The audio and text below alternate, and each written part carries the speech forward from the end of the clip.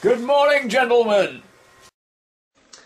Hey guys, before we get started off with the review today, I just want to say thank you to all of my subscribers and everyone who watches my videos, because if you didn't know by now, I've made Partner, which I'm very happy with, and it's all down to you guys who keep watching my videos and commenting and stuff, so, you know, thank you very much for that. I really appreciate it.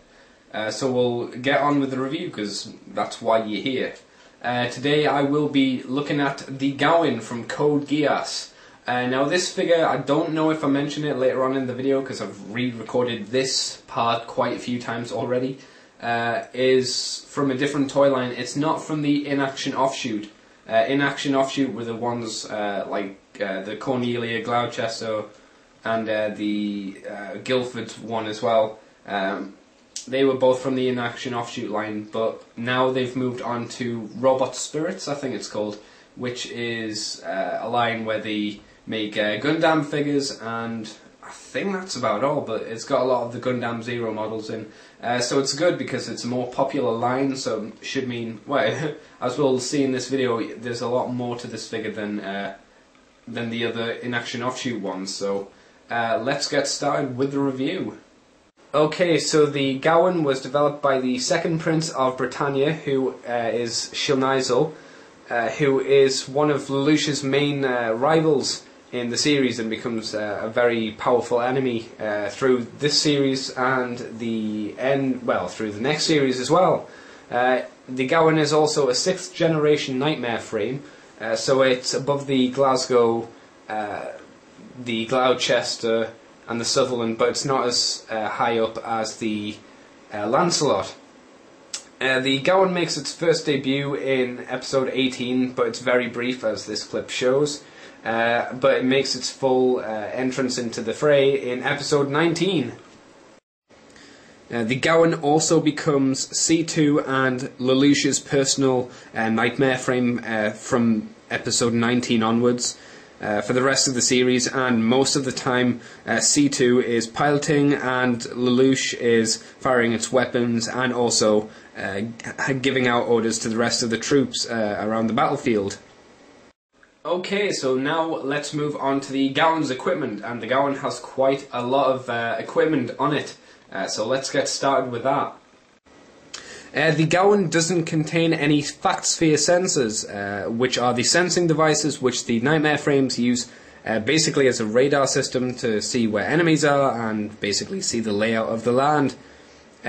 Nor does the Gawain have an ejection system. This is similar to the Lancelot in the fact that if a Knightmare frame was damaged, most pilots could eject and get to safety. With the Lancelot and the Gawain, if your Knightmare is destroyed or damaged, it looks like you're going to basically go down with it. It also has a double-seated cockpit, which is unusual because most Knightmare frames only contain a one-seated cockpit. But as we've discussed before, C2 and Lelouch use this most of the time. One using it to fire, one using it to maneuver. But it's not necessary to have two people pilot it. You can just have one person do both. As you can see from this clip as well, it uses its fingers as its slash harkens, which are both mid-range to close combat weapons. But the main feature of this Knightmare frame is its hadron cannons, or hydron cannons. I'm not exactly sure how to pronounce it.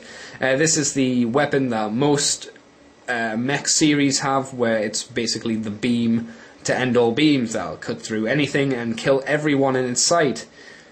At first, when it first appears in episode 18, the cannons aren't fully fixed and don't fire correctly, but by episode 20, Rakshada, who is the Black Knight's personal scientist and engineer, fixes it and it fires properly. At this point, it is also equipped with the Gefgen Disturber. This system also makes the Gawain basically invisible to enemy radar. As you can imagine, that would be very useful in combat. It also has a piece of equipment in it called the Druid system, which was originally developed for the Thought Elevator, which is something in the series which I won't discuss now because it involves a lot of spoilers and whatnot. so I won't get into that. But because of this system they employed into the Gawain, it allows the Gawain to predict or at least plot enemy movements. So it can use then its hydron cannons and other weapons to shoot forward, before the enemy moves. As you can imagine, this would be a very useful system in combat. The Gawain is the first Knightmare frame also to introduce the float system, which becomes a large part of the second series.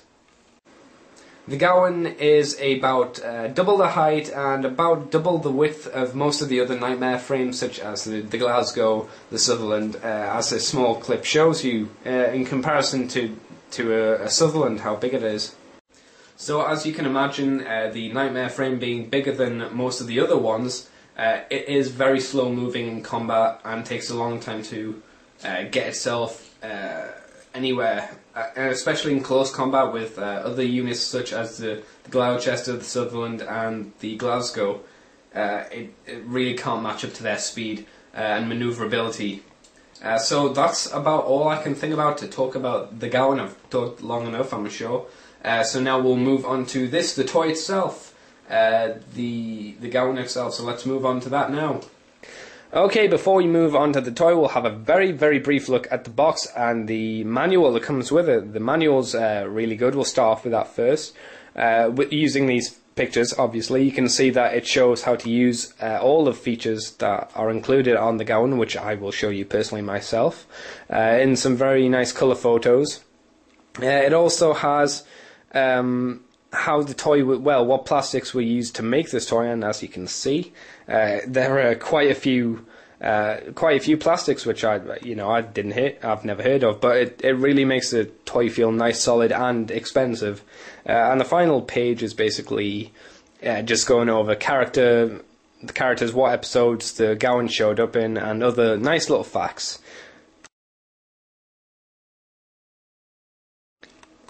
The box is also a really nice box. As you can see, the Gawain's not in because mine's already out the box, but it has some really nice artwork on the front, and on the back you can see a really nice scenario taken exactly from the TV series with the Gawain and the Lancelot. So I guess all that can be said now is let's move on to the toy. Okay, and after that quick look at the booklet we've got, for the Gawain, we'll move straight on to the figure. Now this figure reminds me a lot of one of the Egyptian gods. I'm going to think it's Anubis, just from the look of it here, with its face, the black, the gold, and these ear parts coming off it. Reminds me very much of some kind of Egyptian god. Whether it's Anubis or not, I'm not exactly sure. I'm sure someone knows. But as we pull out, as you can see, we've got his two hydron cannons here, which I'll show you in a minute. The feature with them and the other features, of course.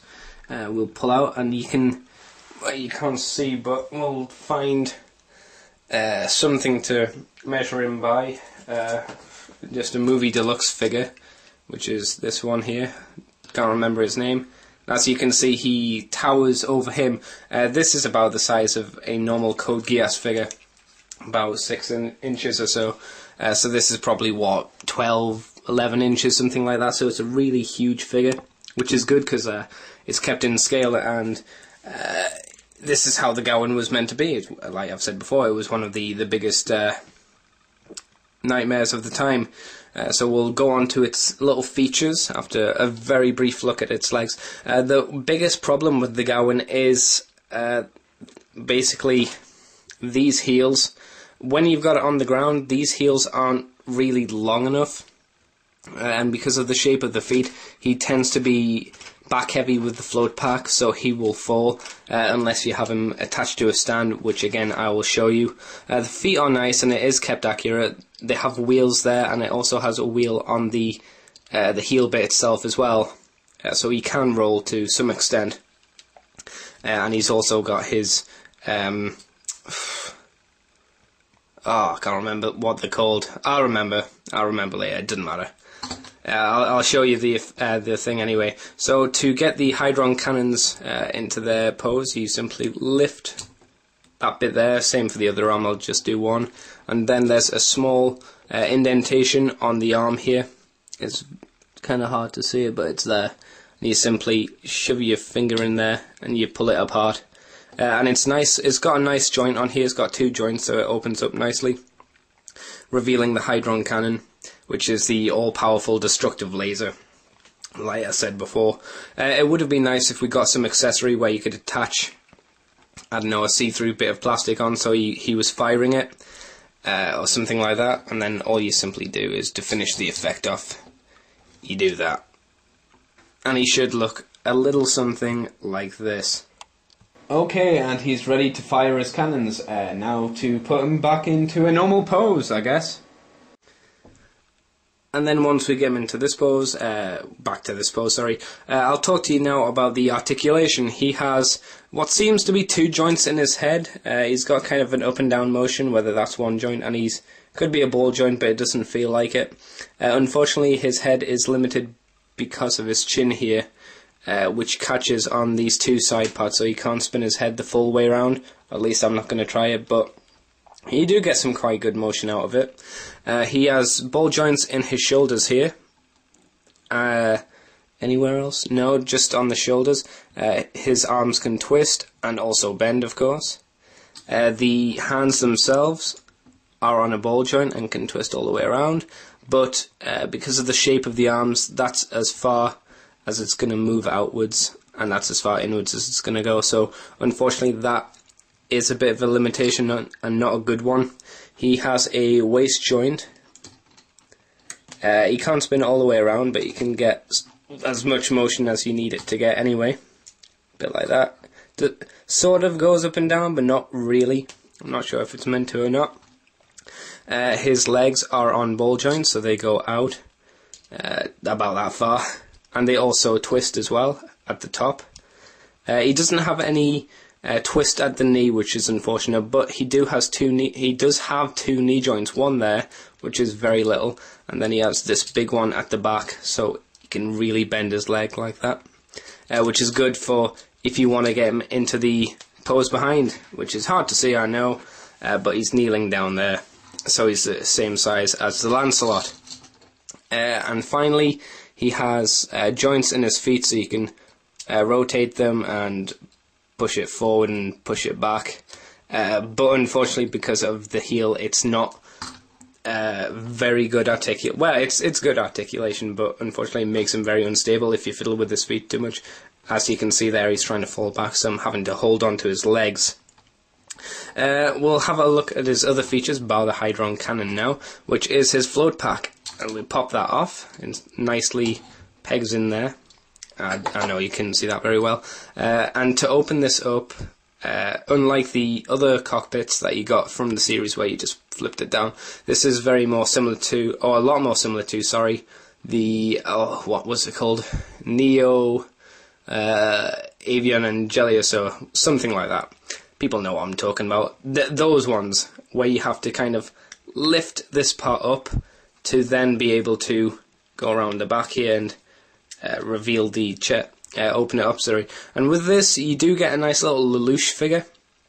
But as I said before, in the details, there's talking about the actual history of the toy, it is meant to be a 2-seater, but because of this figure and just the way they made it, they did have to compress it down into a 1-seater, which is, it's a bit unfortunate. I would have preferred a 2-seater, but I do like having a little Lelouch character in his Zero get-up. Problem with mine is, at the top of his head, he has lost a bit of paint, so he's got a red bald patch, which isn't great, but, you know, what can you do?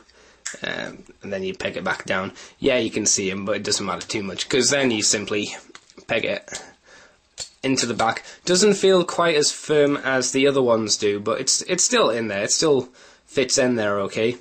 Other feature are his land spinners, speeders, spinners, whatever. Can't remember, don't really care. So we'll move the arm out of the way and we'll lift it up. Now, it's not desperately easy to get these ones out because they're built in similar to the, well, yeah, I suppose similar to the Gurnishki, but this one's a bit more tricky. You have to pull this bit out, a bit like that, pop the wheel out, slide it down, bend it, and then flip the wheels, and there's his land spinners. It is a bit more tricky getting it back in, so I won't, pretty much. And we'll cut... Oh no, there's one accessory which I haven't talked about. My god, he's standing without falling over. And this is his energy filler pack. I think that's what it was called. It's basically a battery, if you can imagine that, which the Knightmare frames run on. So during battle, if one of these runs out, you're screwed, basically. And on the box art, it actually has the Gawain holding it out for the Lancelot, which is what happens in one of the episodes. I apologise, can't remember what episode exactly, but I'm sure I will remember once this review is being put up, because I'll actually have a look. The good thing about the way the hand is formed is it's nice how it actually holds it. It's not grasping it hard, but it does nicely balance it there. So that's really nice. Not the greatest accessory in the world, but still a nice one. And finally, we'll move on to his final accessory, which is the stand. And I'll just cut it here. And we come back to see the Gawain on the stand. It's a very good stand, big solid base here. It does have a joint here, but to get it only has two positions. You need to pull it off and then reposition it. It's good for the smaller figures, which I think from the same series of the robot spirits will fit into this as well. So coming out like the other Gurnishki, I can't remember. Gurnishki Lotus or something like that. I can't remember the Japanese name offhand. Todo Zangetsu, which is another one. And there's some other ones as well. Again, can't remember off the top of my head. But I'm pretty sure they will fit in. Don't know for sure, but it also has a joint at the top here, so you can twist it like that. And I'm surprised it actually holds it up. So you can tell it's a really good joint that they've got in there. And it gives you a lot of posability. And with the Gawain, you kind of need this to balance him properly, which is the only kind of markdown you can give this figure, because he's so accurate, so big. Yeah, he's a bit costly. He costs about 3 times as much as the other Knightmare frames. But overall, he's a very nice figure. Thanks guys, and I'll see you for the next video.